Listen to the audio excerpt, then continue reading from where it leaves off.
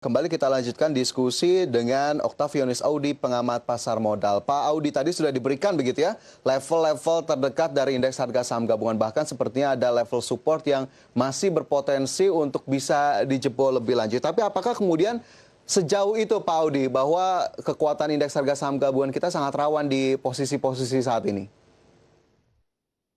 Ya kalau kita lihat dari komposisi secara kepemilikan di ISG atau investor di ISG, dengan hampir 50% adanya kepemilikan asing, saya pikir jika terjadi capital outflow atau asing sudah mulai kembali lagi ke US market, saya pikir ini akan menjadi cukup rawan, di mana memang jika terjadinya asing jual dari sisi asing, ya kemungkinan besar harusnya domestik yang mengimbangi. Cuman kalau kita lihat dari data, memang hampir 40% di sini masih dimiliki asing, jadi saya pikir masih akan sangat sulit jika memang akan terjadinya outflow. Oke, masih sangat sulit, cukup rawan. Sementara ini juga ada data yang juga berhasil saya himpun, Pak Audi, hingga Maret 2021 tercatat sejumlah saham terkena aksi net sell. Ada Astra Internasional 2 triliun rupiah, ICBP 1,5 triliun rupiah, BBCA 950 miliar rupiah, Cepin 618 miliar, dan juga CTRA 348 miliar rupiah. Apakah kemudian ini akhirnya juga mengkonfirmasi bahwa aksi Lego asing memang sepertinya konsisten sekali dilakukan sejak awal tahun. Tapi melihat tiga saham teratas tadi, jika kita bisa bidik Astra Internasional, ICBP, dan BBCA, sebetulnya potensinya masih cukup oke atau tidak, Pak Audi? Ya, sekali lagi kalau tadi sebenarnya sudah dibahas, capital outflow sebenarnya saya pikir ini masih jangka pendek ya, atau kemungkinan besar di bawah 1 tahun.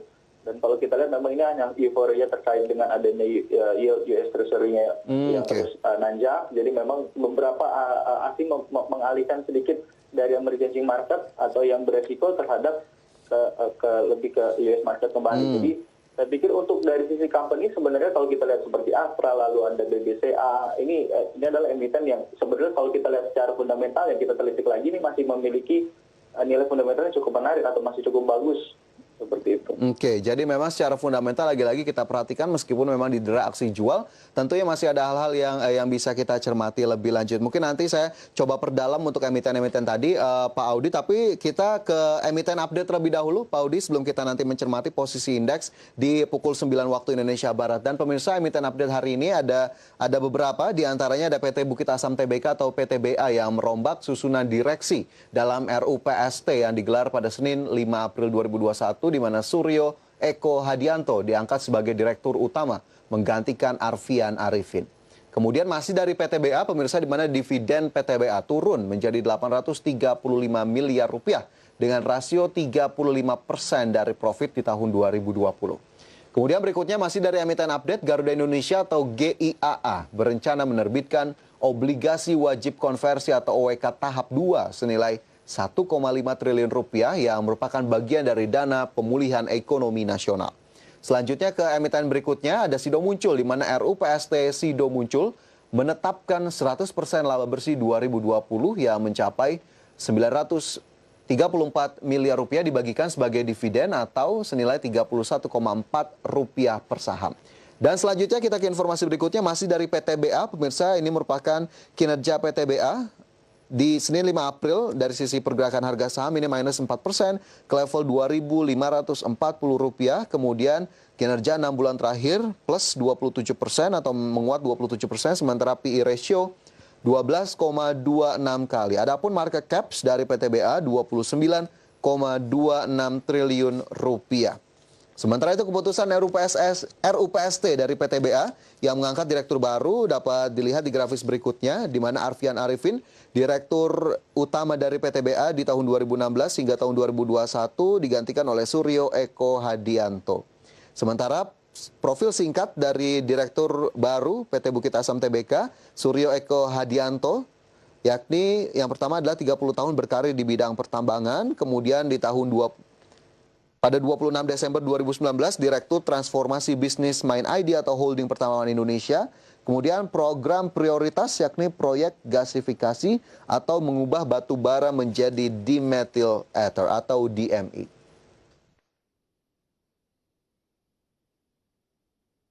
Ya, Kembali kita lanjutkan diskusi bersama dengan Octavianus Audi, pengamat pasar modal. Pak Audi, sebelum kita lihat posisi indeks di pembukaan hari ini, saya ingin ke PTBA. Ini yang juga tadi sudah kami sampaikan data-datanya. RUPS tahunan mengangkat direktur utama baru. Adakah kemudian optimisme untuk PTBA di tahun ini? Dan sebetulnya bagaimana kondisi bisnis batu bara jika kita melihat PTBA? Apakah masih cukup positif?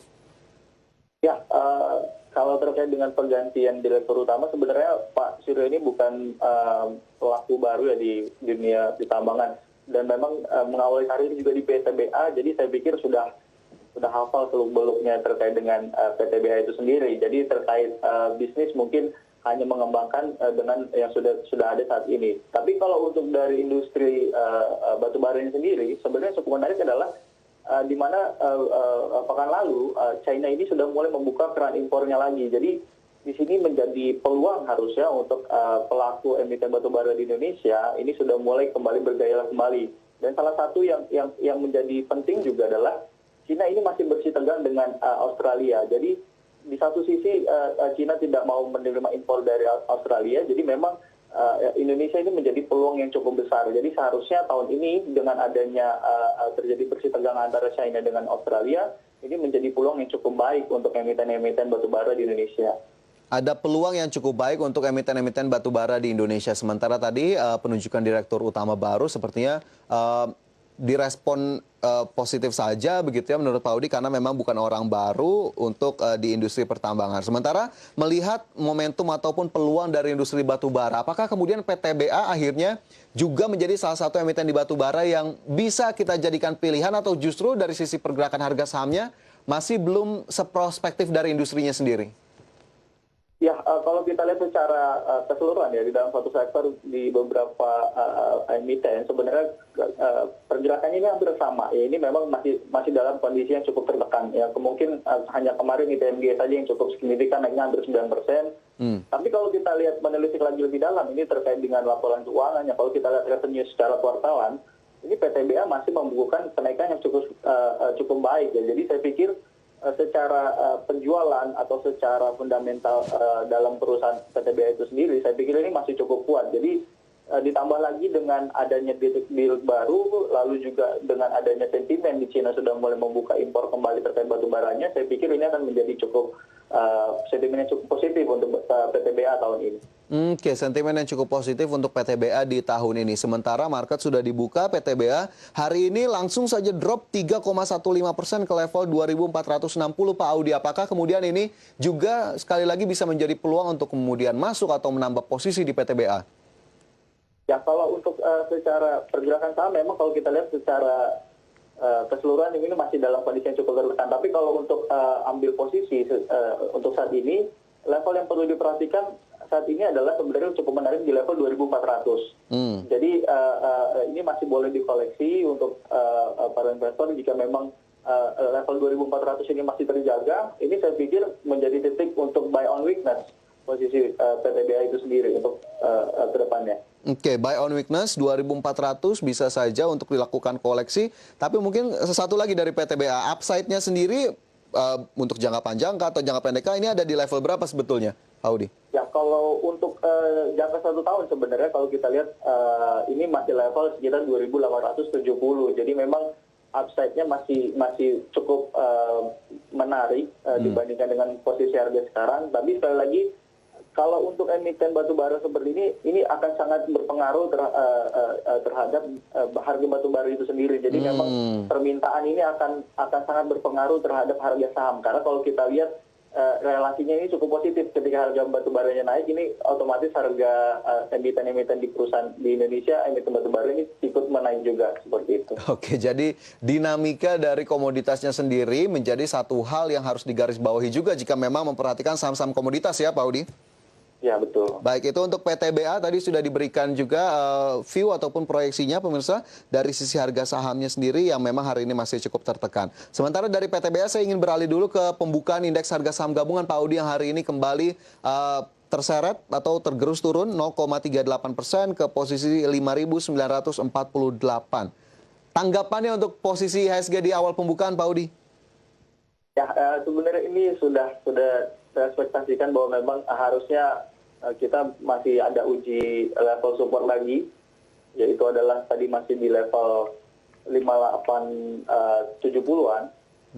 Sorry, 5857. Ya. Jadi memang di sini masih cukup tertekan, dan kalau kita lihat hari ini juga masih dihantui oleh sentimen-sentimen dari Amerika ya, yang kembali optimisnya sudah mulai terkait dengan perbaikan ekonominya. Jadi saya pikir kita masih terus dibayang-bayangi dari optimisme atau kenaikan dari US market itu sendiri. Oke, baik. Jadi memang akhirnya ekspektasinya sudah cukup sesuai, sementara sentimen utamanya lagi-lagi memang masih dibayangi tadi sentimen dari ekonomi Amerika Serikat yang memang akhirnya menjadi sentimen utama bahkan untuk bursa global. Baik, Pak Audi, nanti kita lanjutkan kembali di segmen berikutnya, dan pemirsa jangan beranjak dari tempat Anda, market opening segera kembali sesaat lagi.